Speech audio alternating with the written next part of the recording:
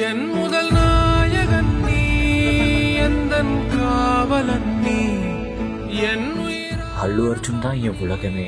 அவன் இல்லாம நான் எப்படி இருப்பேன்? கண்களை கலங்க வச்ச அல்லு அர்ஜுனோட அப்பா. என்னை தூக்கி ஆடும் தோள்கள் வேண்டுமே, முத்தமாய் என்னை குத்தும் மீசை வேண்டும் வேண்டுமே.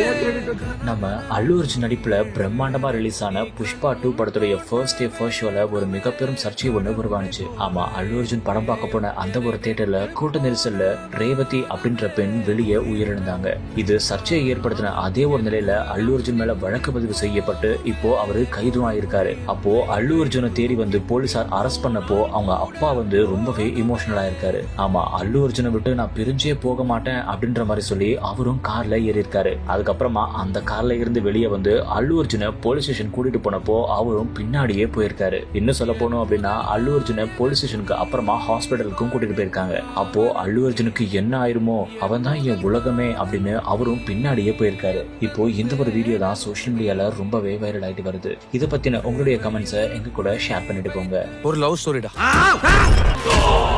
டைரக்டர் தான் ஆகணும், ஏன் ஹீரோ மாதிரி நடந்துக்கிற?